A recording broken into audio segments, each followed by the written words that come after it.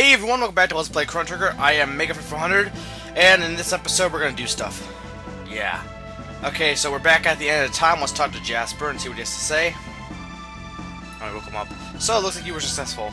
No, don't thank me, I didn't. Oh, okay. We won't thank you then. If you really... Wait, stop! If you really want to thank me, make me a member of your team?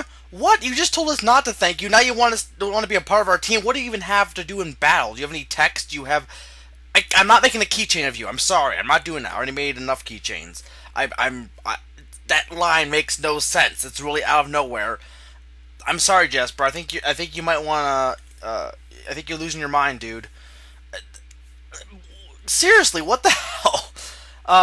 Anyway, let's start up again.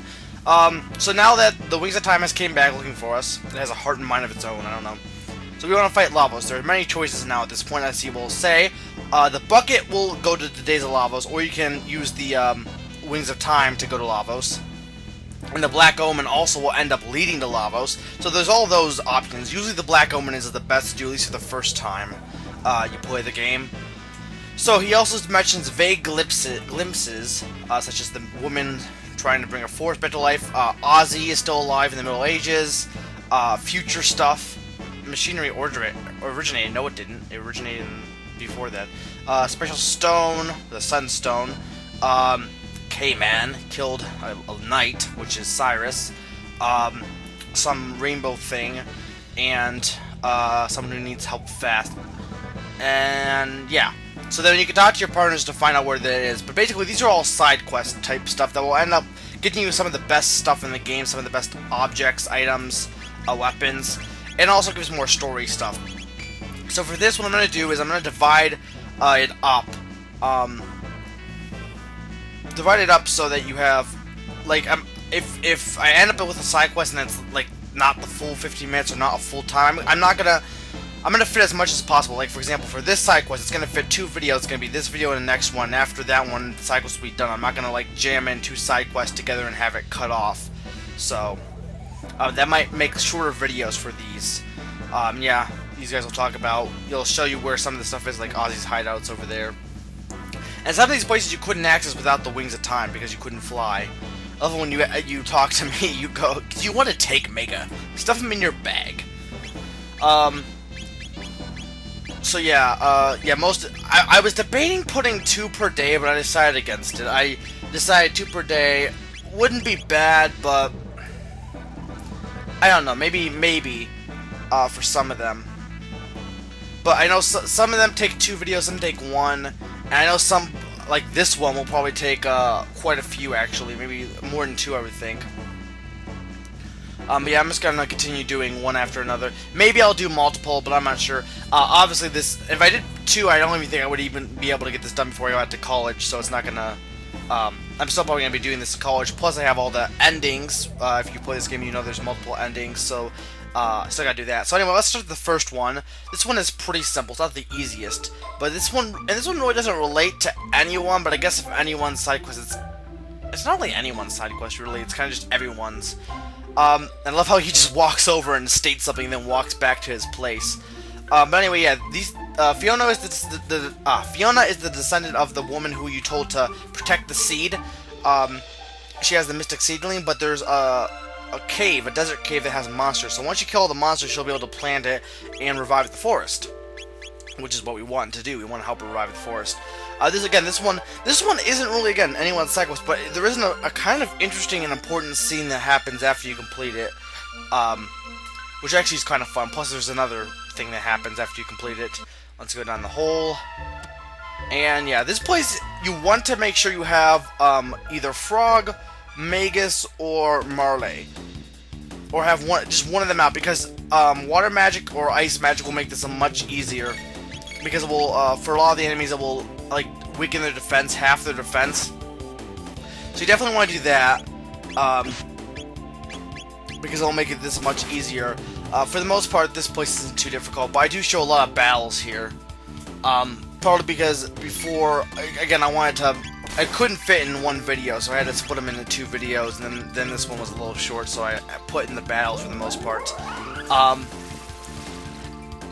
What to talk about though? Well, actually, I'll talk about my I've told my friends about this, but and I told quite a few people, but I'm gonna tell it here because I know some people haven't heard of it. Okay, a long time ago in a galaxy far away, I went on a trip like about 2 hour, 3 hour trip to my dad's, and there's a store nearby there that had a ton of old games. Where I got my new SNES, I got my Banjo-Tooie, or no, Banjo-Kazooie. Banjo-Tooie I got a different place, but a ton of old games. I got all the SNES games from there. I got a ton of the N64 games. I rented a lot in the past, so I got all those games from that store, and it was called The Exchange. And I always wanted to keep going back down there. And then one of the days last week when we were going shopping for stuff for college and stuff, we were driving past to go to lunch, and I'm like, wait a minute, The Exchange? Oh, the Exchange? Wow, stop. And we stopped there, and I kind of went on a little bit of a spending spree and like spent a lot more money than I probably should have. The games weren't that expensive. The most expensive was $13, but I got some of the old games. I got Rayman 2, Great Escape for N64, Glover for the N64, Toy Story 2, which back then, and even now some days, there are definitely good good movie games that are really well done. And Toy Story 2, I remember being a really good game when I rented it. So I am glad to have that. And I got Tetris Attack, a game I've been really looking for quite a while. It's a Yoshi version of Panel de Pon, which, if you don't know what that is, think Pokemon Puzzle League.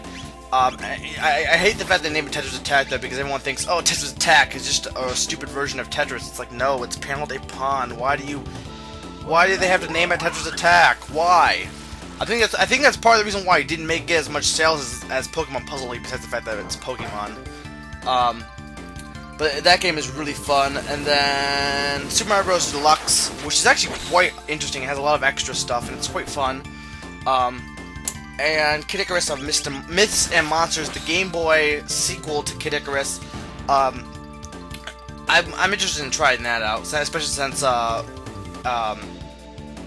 the subtitle? It's an R. It's not Rebirth. It's, damn it! Don't tell me, because I'll know it after this video. Don't say it in the comments. But whatever it is, the 3DS Kid Icarus that's coming out. And then I also picked up Advance Wars. Dual Strike from GameStop, because I've been looking for that for a while. And you could say, well, people will say, well, not any of those games, but you can say, well, you can get them online, or you can emulate them, or you can get them off the VC if they ever come out. And I guess the thing is, with the VC, yeah, but like with emulation, besides the fact that it's illegal, you know, even if it's old games that aren't in production anymore, with emulation, it's not the same. I mean, you could have a controller that's exactly the same, but it's not. There's something about it. It's not the same as playing it on a computer than it is playing it on the actual system. It's hard to explain in that sense. Holding the actual NES controller, it's like, for example, N64 games you play at the GameCube. I like playing them on the original better. I like playing it on the N64 controller. They were made for that controller. Now, that's not always the case. There are some games where a newer controller actually works better. But in that case, you know, I like playing, oh, and here, this is, Robo's strongest attack, Shock. It's really cool and awesome. And we also learned Frog Squash, which is Frog's strongest move. Or strongest magic move, or tech move, that is. But yeah, I really do like, it's hard to explain. Playing on the original console, now with yeah, again, and with, you know, you have keyboard stuff. I'm talking about, even if you have a controller on, like an emulator, it feels more natural playing with the controller it was made for the most part. And overall, and plus I just like having the actual game. I kind of like a collector in that sense. I like having the original cartridge. And with like the handheld, it's nice to be able to sit down and not have to be confined to a certain area. What else has been going on? I don't know, not much. Not much has been going on, really. Just getting ready for college.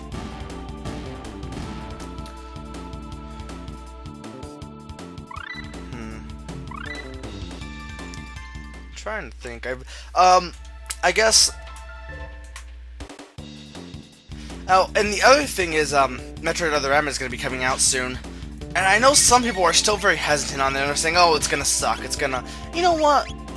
People say that about Metroid Prime. I'm not really a big fan about Metroid Prime. But a lot of people say that about Metroid Prime as well. They said, oh, you're taking our 2D Metroid and making it in 3D. That's not going to work. Now everyone loves Metroid Prime. It's like, oh, Metroid Prime.